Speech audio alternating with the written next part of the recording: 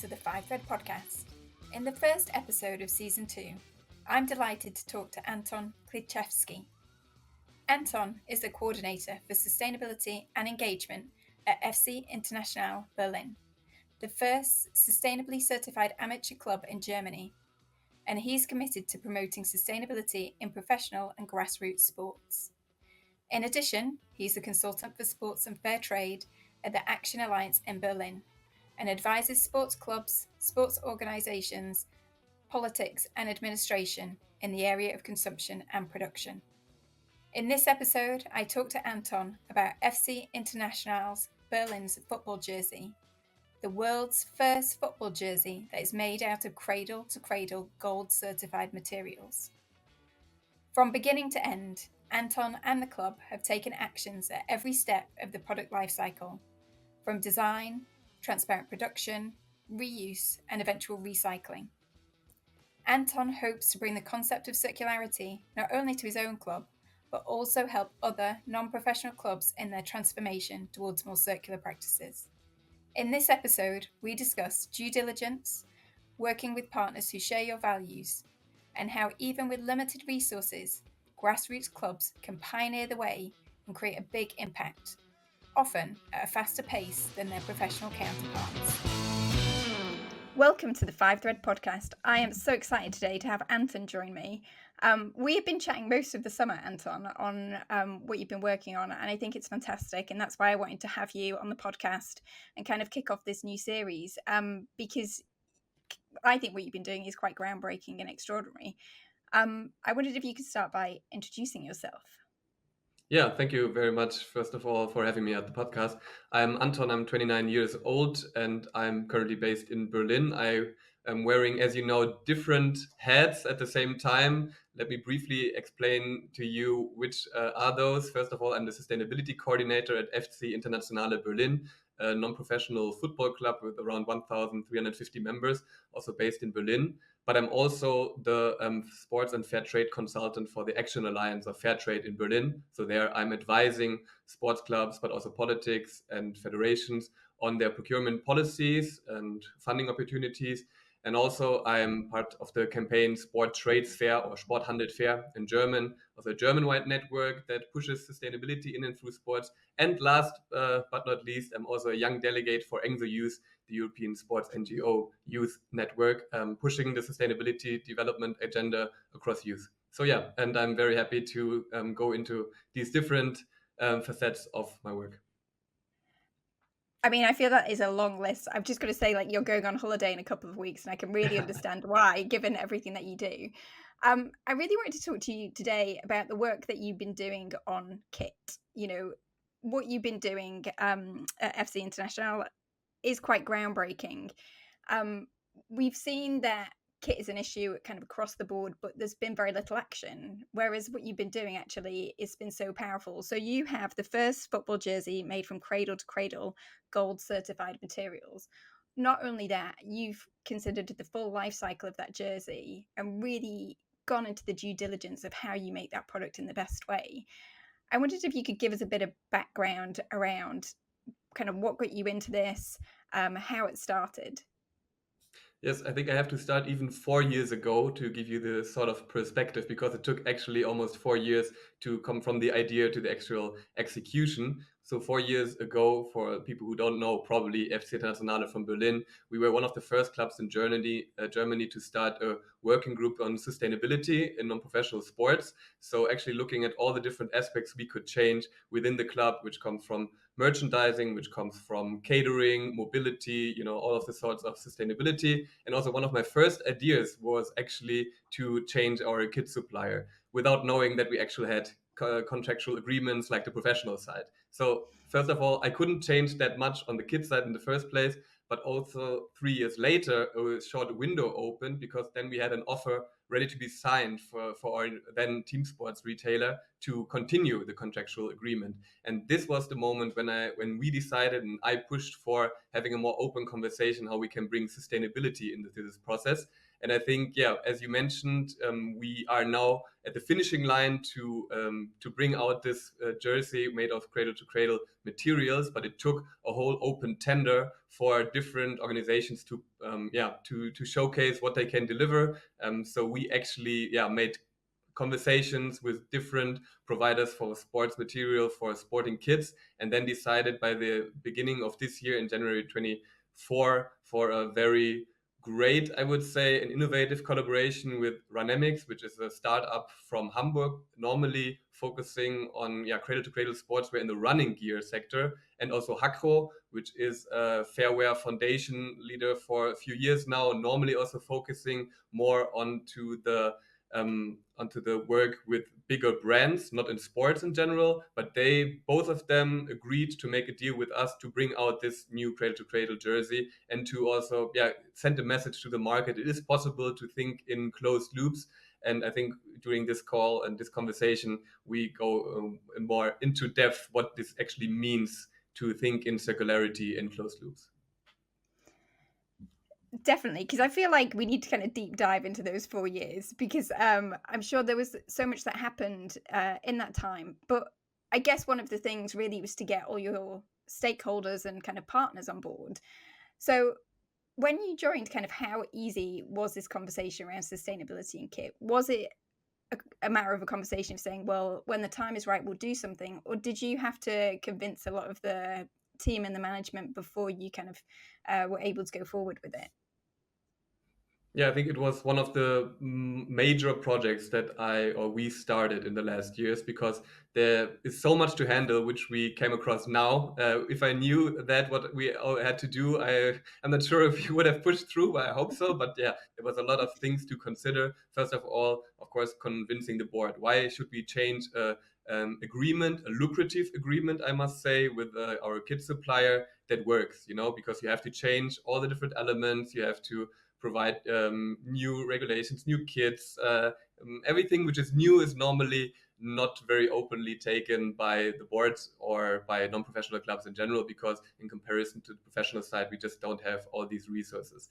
But again, I made some market research beforehand, provided them with eventual data, and also convinced them that this could be like a very new innovative approach, a new project that gains us also attention from the club, because this is also important for us. We are, since 2021, the first non-professional football club in Germany with a sustainability certification. So with this comes also some pressure, because we also want to fulfill the criteria, and we have done so much when it comes to the merchandising, to change all the merchandise that we have, 7 to 8 articles. So not to also again to be comparable with a major professional football clubs, but in general, we made it to ethical procurement, to certified cotton in all of the products that we are using now. And this was the logical next step for me to convince the board in our sustainability journey. But yeah, of course, first of all, the price matter, the extra time matter, the unknown collaboration, because as I mentioned, Runamics and Hakro have never done this before. We are doing this as a first mover, and with all the cool things that come across with communication wise, it is also a high risk for us, because we need to provide our teams with the kits. And the worst sustainability project is the one that doesn't come to light, and would also get me into a very difficult position to explain to the sporting director why our teams are not wearing kits this season. So yeah, all of these things combined, I think, gives you a first glance and all the different angles you have to think about when it comes to sustainability and also change management within the project.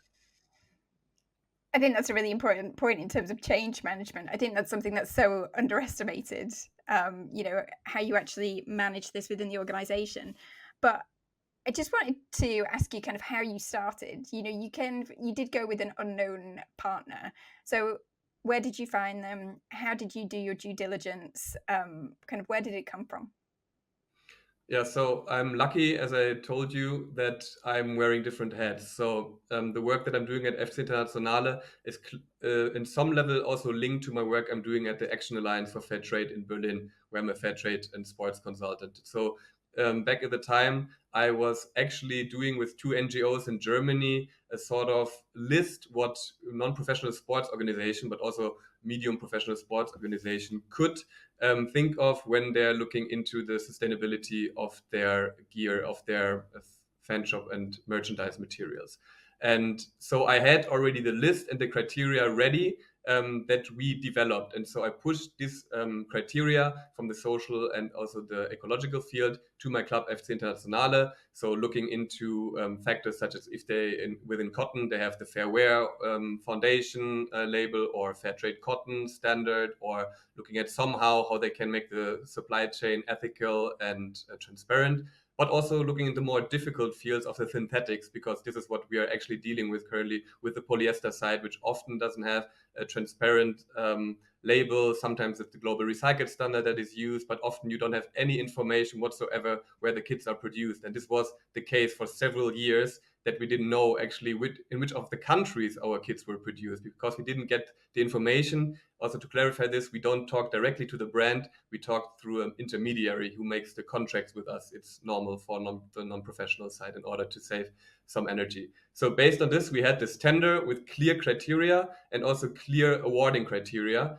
30% of the choice was made on sustainability. Of course, a bit more than 40% also on the price. It's normal for us. And we also gave extra points for innovative approaches, so that also smaller brands such as Ranamics and, in this regard, Hakro, have a chance to participate in the bidding, because we wanted to be open about it, and giving smaller brands a bigger chance to be innovative with their sustainability criteria. And I think this altogether was the due diligence. And then, of course, we also had conversations more in depth with all of the three that we chose for the last round before we awarded the project to Ranamics and Hakro.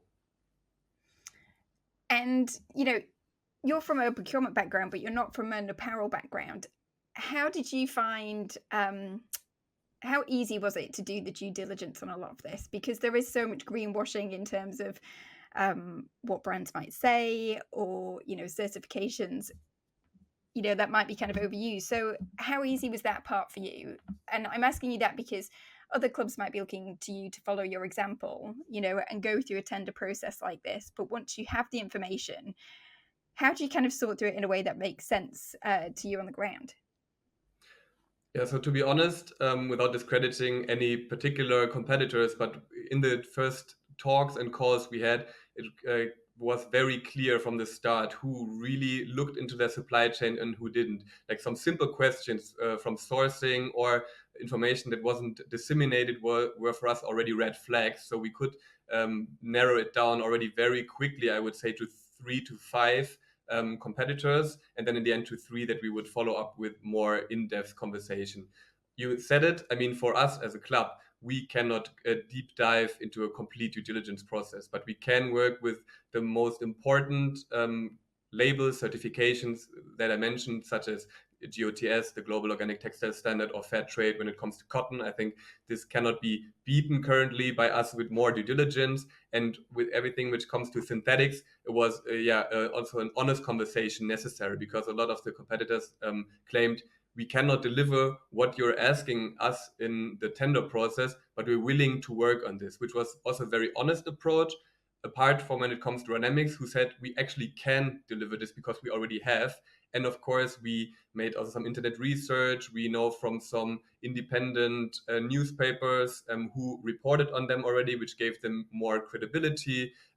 We also met 2-3 times beforehand to also meet the people behind the business, because it's a startup. So I think it's very important to talk with them and to understand, is this for them a lucrative economical project, or are they willing to try to change something in the sporting industry? And I think I can say that very fairly for all of the partners. We are not making any big money out of this project. This is something we invest more and try to hope to get break even in the end. But we want to serve as one of the examples that it is possible to make these kind of corporations, and then to use this as a pressure to ask why are the others not doing it? Because in the tender processes, we heard that so many times that some of the criteria are not doable. We cannot send back old sporting materials because of economical reasons. We cannot send it back because we don't know our whole supply chain. And now we've finally found a way to have a way shorter supply chain that reaches unto Portugal, where most of the steps are persecuted. So yeah, this gives us a way better feeling also to know where it's done, how it's done, and it's a huge improvement to what we had before. And I think, having talked with you and some of your partners, what is clear is that you are all aligned with your values. It seems very values led. But I wanted to come to that point about commerciality. Is this feasible for you to do as a club? Should others follow this example, or is almost this a proof of concept? Because that is the pushback that I get when I have these conversations with other clubs. It's very much profit driven. So I know within your tender you have that weighting by percentage, but is this something where in the future you hope actually you will be able to make it much more profitable? Definitely, must be our main goal in order to scale the project. Because, as I say, the impact is not done when we do it as a first mover, and that's it. The impact is done if we can convince other clubs, and in order to convince, especially other grassroots clubs, we need to have reduced prices, and that's why I think our role as a first mover is also to get the resources on board. Currently, with some extra marketing, some communications. We sell the ticket even online now for the jersey for the first time, also to gain a bit back of what we invested in the first place. And we even convinced a special sponsor from the circularity field here in Berlin to support this project. And I know that you cannot find a sponsor for all of the different kits that are supplied across Germany. So our goal is to make the first move, to then have the supply chain established. Then, of course, when people and different organizations are combining their efforts, their buying power, we already talked with the supplier of the monomaterial in the first place, we can obviously reduce the cost of the first supply. We unfortunately have to step out and make this, but we are also willing to do this. And then we are already having some talks with the German sports federations, or also in Berlin, to disseminate the information and also to be very open about it, because we are not a club to want to have a competitive advantage on this one. And I think you can see this from the history also of the club, are very open to make actual change within it and help others. And I think that's so refreshing, for anybody listening to this who is a grassroots club. There's a clear invitation in terms of, you can join and reach out. This is something that is possible to all levels. I mentioned that this was cradle to cradle certified material. Can you talk us through what that actually means? Yeah, so Cradle to Cradle is a certification that is probably not very well known, I would say, from the bigger certifications that we already discussed. And I think it's a beautiful concept because, as the name says, it looks from the start to the end. And I think every real sustainability initiative should start from the end. What happens at the end of the life cycle, and this is what I'm currently missing in the sporting landscape when we come to kits and recycled polyester, all of these claims that we're having. But what happens in the end when the kits cannot be worn anymore, cannot be repaired anymore? And this is the concept basically of Cradle to Cradle, that you start with a healthy monomaterial, so no pesticides, no anything comes in there, in comparison to sometimes still conventional polyester. Unfortunately, that can still happen. And through the whole process, it needs to stay sort of a monomaterial. So this is very easily the case, as we discussed with polyester. 100% polyester is very common now. So that at the end of the life cycle, you can actually make a real recycling effort. So we talk about two different loops when we talk about our jersey. We have the technical loop, where we really collect the jerseys after the end when no one is wearing them anymore.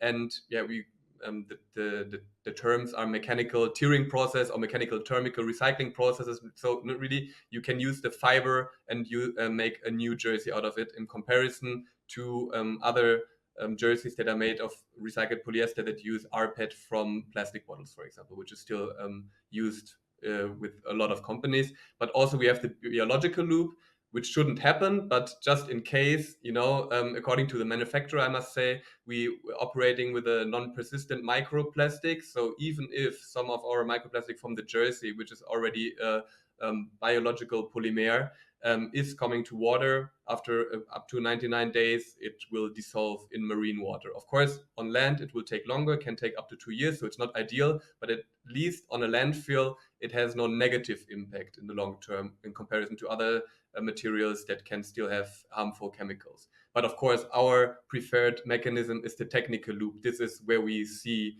the scaling up, that we really have interloop jerseys are worn recycled, worn again, recycled. And of course, at some level, it's not only our internal process. We can use this material with a lot of different clubs. And of course, we can also mix it with conventional polyester, which is also an advantage, I would say, until we have the mass of materials to create an own closed loop. We can also use an open loop from other materials and still have a good recycling mechanism. So this is basically our concept of cradle to cradle, health and monomaterial, bringing it into a closed loop, reusing it, and looking into ecological and social factors at the same time. I mean, so many questions here.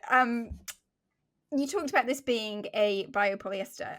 So can you talk about why this material is different? So we think about, starting at the design process. What is unique about this material that you're using? So yeah, I mean, we had the conversation before that it's still classified as a polyester, but as a biopolyester. So the substance is already a bit, without becoming too technically, from the start being transformed into a more healthy monomaterial. And the most important thing I think about it is, as I mentioned, no extra chemicals are being used, which is still unfortunately the case in more conventional polyester.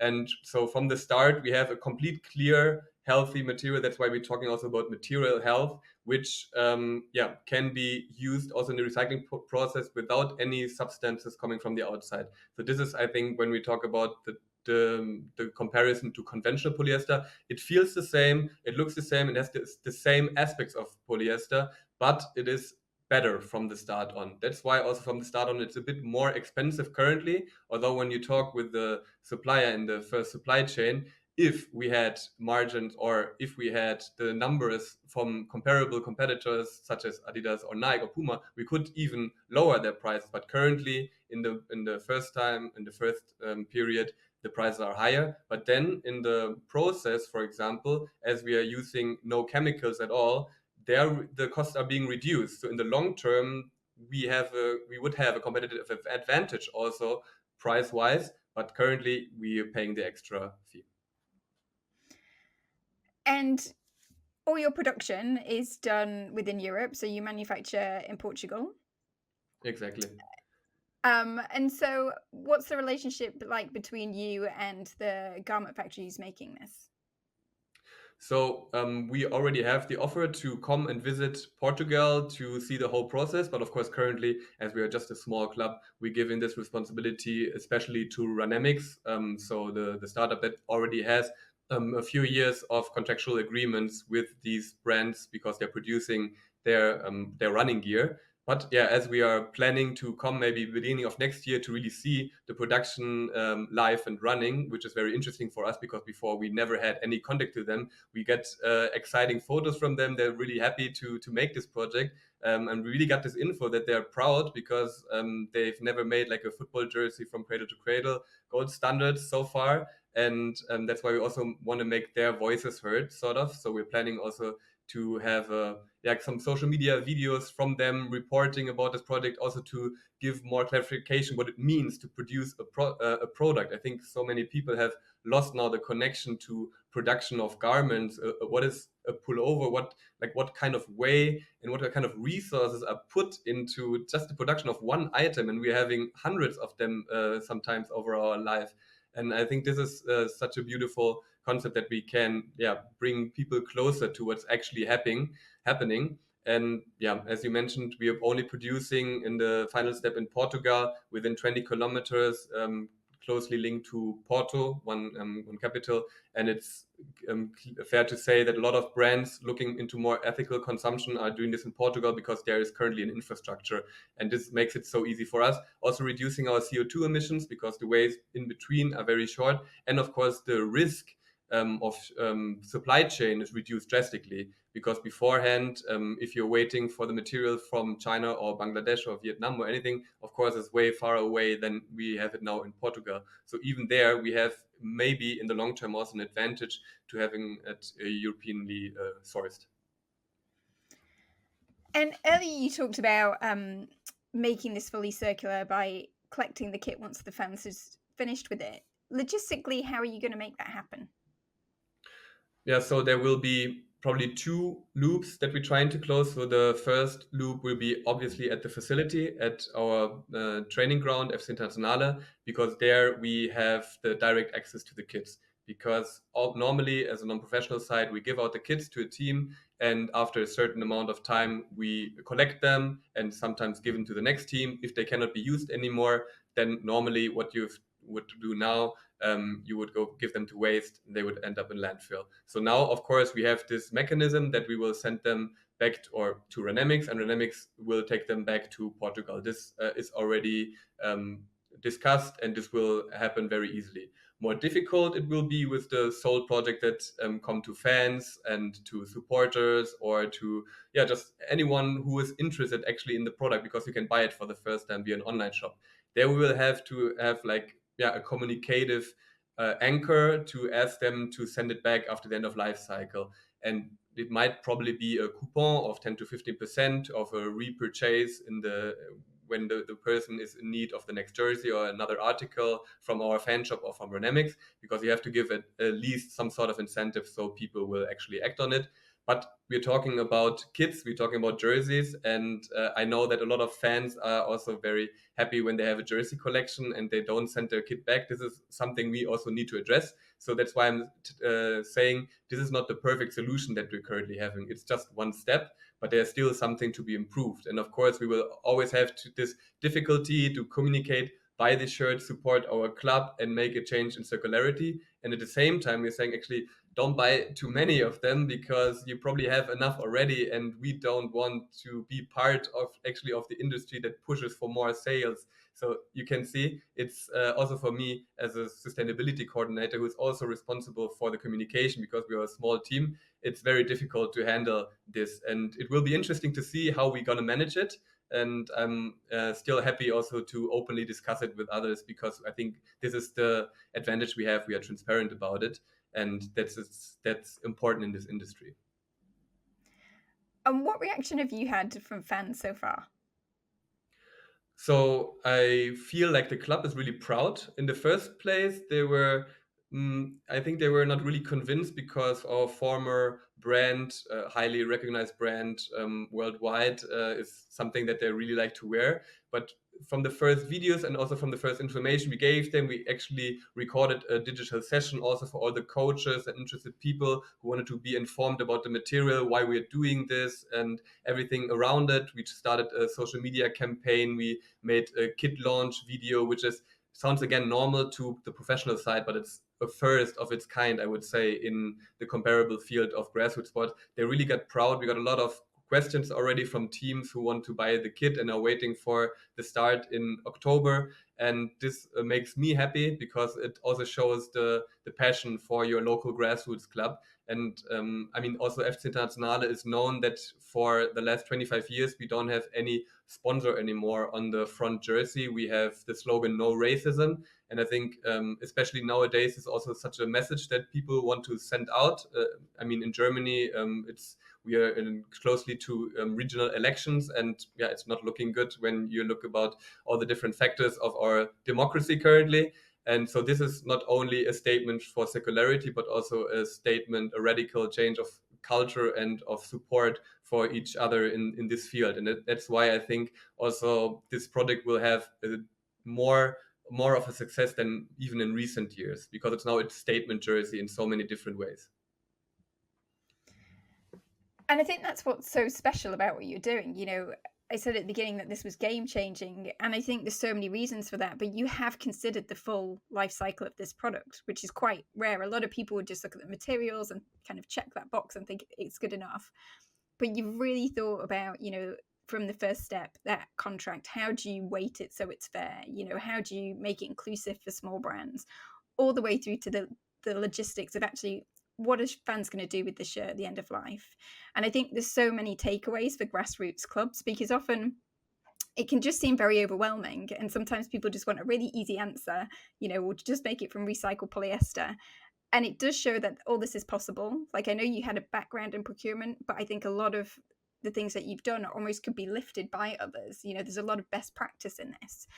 But I'm sure it's not all been super easy and straightforward. So I wonder if you could maybe talk about some lessons learned or some challenges so that others can kind of have the benefit of your experience.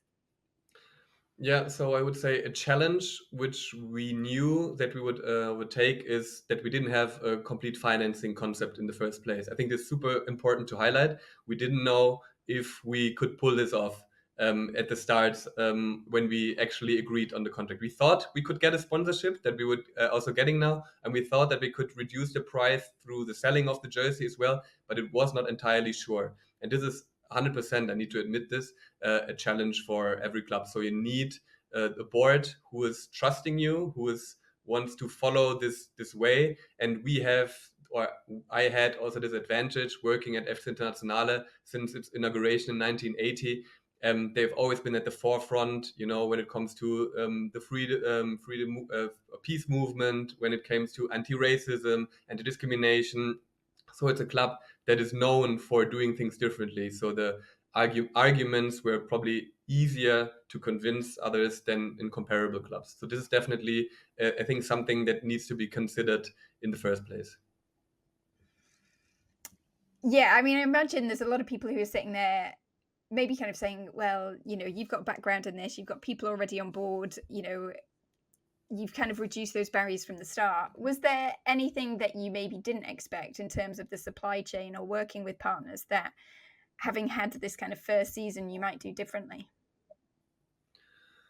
That's an interesting question. I think probably we will know more about it when the kids are finally here. I mean, first of all, I can say I didn't expect it to take that long, and it's not even taking long, but I didn't have any experience with the development of a jersey. And still we are having this side that we're saying, okay, of course we want a fair supply chain. So obviously we're not pushing the in the production side to work harder or faster. Also interesting, in August currently there is normally the vacation period in Portugal, and I didn't know that, for example. So of course, it in comparison to normally September, which it would have been best, we're giving out the kits already now in October. So this is something you just have to have in mind, and also to rechange maybe your perspective on the whole business, because I mean, we want to do it well, and so we take our time, we make an extra sample beforehand, we check it out, we test it with the players who wore it already several times at the training ground, so to have the best kit for them available. And this just takes time, but I think in the end this is what makes it so personal, this kit, because so many people now already had their say in this when it comes to the design, and when it comes to the wearing it, and when it comes of do we do a crazy design or not a crazy design. As a lot of lessons learned as well. And another thing that just comes to mind is when I talk about the design is, yeah, we had some crazy designs in mind, but due to the cradle to cradle standards, not that much was actually possible, because we had to use a lot of surfaces with one or and color, and then the other surface with the other color, in order to in the recycling process be very easily to to disseminate these two colors and make the monomer material accessible once again. So yeah, this is also some things I never thought I would think about in the first place, but it was so rewarding. I learned so much already just in this 1 year. And that's why I think it's so important that we give also this information out, maybe also writing some guidelines for other clubs. And so this is, again, a match made in heaven, that I can use my other work to talk about this, to use my influence eventually with the political leaders here in Berlin, or also above in Germany, to give this more recognition, and then also to help other clubs to reduce especially the time invested in this. This will be, yeah, the way to look forward to. I love that you're going to be like the go-to textile expert in football for this. Don't quote me on But this. If not, my mail inbox will be overflooded. I'm giving you that status now. You can put that on your LinkedIn. But you did talk briefly about education, and the fact that you have shared this with the team. How important is it to kind of put out the message of both why you're doing this and what this is, and how have you done it in a way that kind of resonates with the team and with fans so that they can understand it? I think it's super important, because it is a product that you need to describe. And I think a lot of people don't understand the challenges that we are facing also in the whole apparel industry. And I think so in the first place, you need to explain that there even is a problem, and that claims like 100% recycled polyester might not be the way to go for the future. And I think this jersey, something, you know, you can touch. The same thing comes with balls, with footballs, for example. I love this as an educational resource because it's more there than CO2 emissions, because CO2 emissions you cannot grasp, but your jersey you can wear, you have a personal connection to that jersey, and you can start a conversation about fibers, about textiles, about where was this sourced, how, who are the people who produced my jersey. Can I say with absolute certainty that there is no child labor involved in my supply chain? And we could not 100% say that. And this was also one of the arguments of convincing the board, and also one of the arguments that we also send in the communication towards the fans, that we're doing this. And also that the price currently, I mean, we will sell this jersey for 89 euros in the online shop, and this is the price of a professional jersey. And still we have to explain why this is even cheap or a reduced cost, because we are not taking a lot of the margin out of there. But you know, there's so many aspects that people need to unlearn from what they've been thinking was right all their life long. And one of the most important and difficult aspects to deal with is the social aspect, because we are still in an area where also people from a lower socioeconomic background are playing in the club, and they also want to be entitled to wear a jersey. But unfortunately, there is, first of all, no human right to gain a jersey, and at some level, someone has to pay the price. And this will be then, if we are not willing to pay for it here, be someone in the supply chain who has even lower rights than us here. So on the one hand, we will also make an extra price for members at our facility, so to enable also even those people who you know, don't have that many resources, we can equip them with the jersey. So we have to take so many different aspects into consideration. But again, this is the beauty of it. This is where you can start the topic about sustainability, and I think they're also willing to learn more and hear more, because it's so close to their background and to their local story. I mean, as I say, I think there's so many different aspects to it. But bringing in that social side, I think, is so important, you know. And it sounds like the club in itself really has a lot of heart and integrity, you know. I wanted to ask what the future holds. You know, I know this is very early in this project, but kind of given a magic wand, what would you hope, you know, in terms of the kit and apparel for the club within the next kind of like 3 years?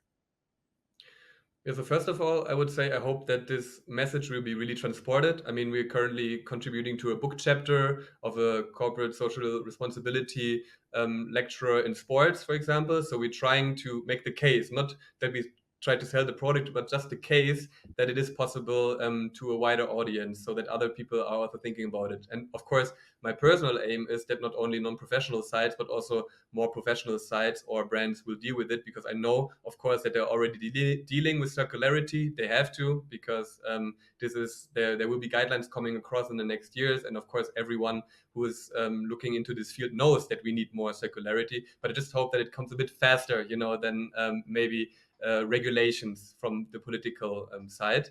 And for us, of course, I hope that we can continue this way of slow growth, because, for example, now we don't equip all our teams. First of all, we don't have the resources for it, and second of all, it's not sustainable at all if we would produce kits for all of the almost 60 teams that we're having now. So we're starting slowly, first with 5 teams, then slowly with the next 5 teams, and so on and so on. And I hope that we will continue doing so and continue to have the contextual agreements, even if eventually I would leave the club one day, that it will still continue. That's what I'm working towards on, because it should be free from any personal relations to the club. And yeah, of course, then I hope that the teams will like it, that the teams will transport this message across, and that we contribute at some level to a more sustainable sports, first of all in our club, then in Berlin, then in Germany, and maybe even internationally. This podcast is maybe a good start. And I'm sure there's a lot of people listening here who will be so inspired by what you've done. What advice do you have for clubs? You know, for somebody who's sitting there going, well, this is great, I'm really excited, I want to start. What advice have you got for them? My favorite advice is be bold and believe in it, because I mentioned in the beginning, 4 years ago, this was the first project that I wanted to start.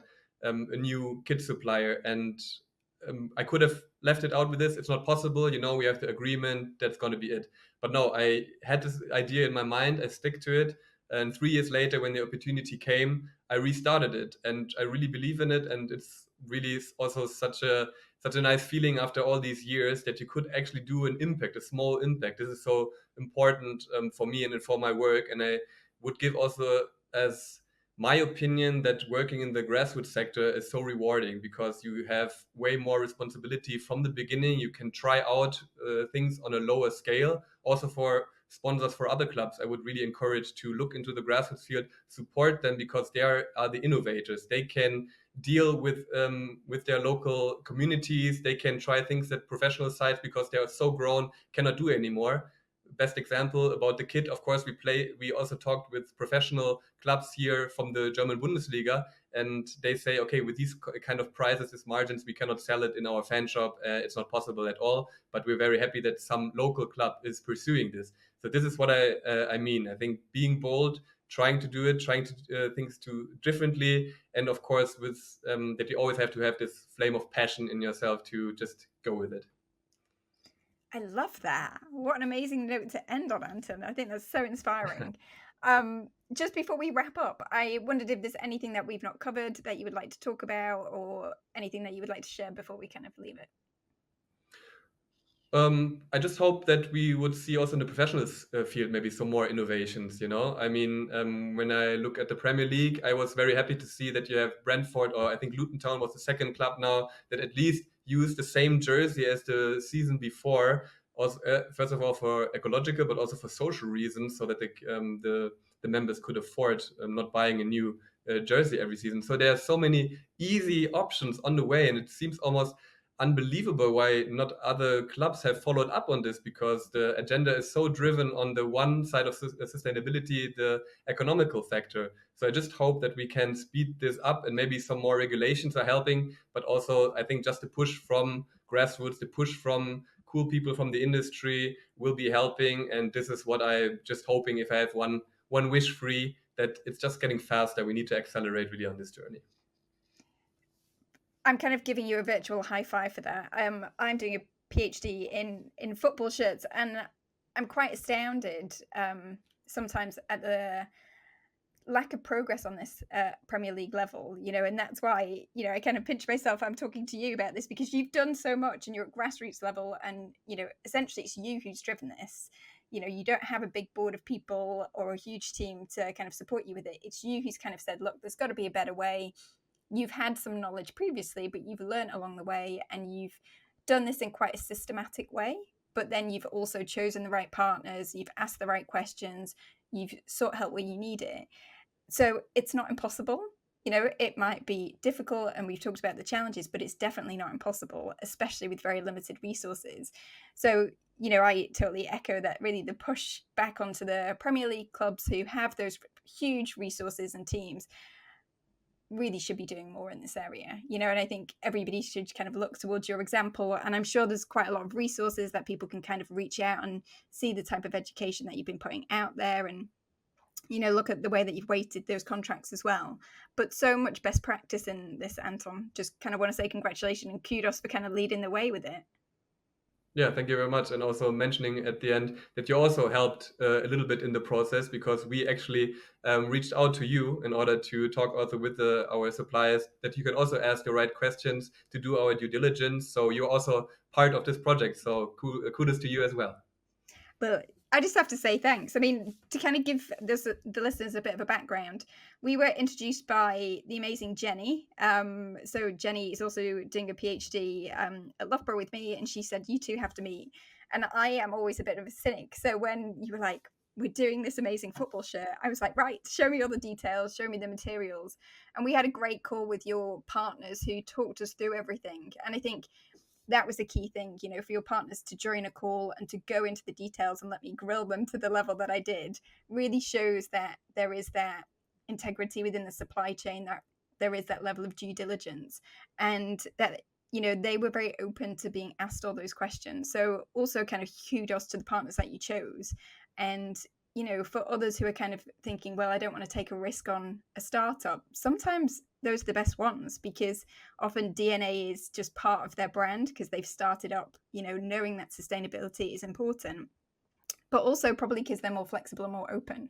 So I think huge learning that you chose the right partners, and also that they were very open and willing to being asked so many questions. So, I think so many lessons learned all around. But thank you so much, Anton, for doing this podcast. Really, really appreciate it. If people want to reach out, I don't want to flood your inbox with lots of inquiries, but, I think you've been so open in sharing how you've done things. And Anton has talked about this need for scale and for other people to kind of come on board so that, prices will improve. So yeah, definitely reach out. We'll put links to everything, and also images of the shirt and stuff on all the socials. But just thanks so much, Anton. And then also go and enjoy a great holiday, because I've literally kind of poached Anton before he's about to go away. So huge thank you for that. Really appreciate it. Thank you very much. It was a pleasure.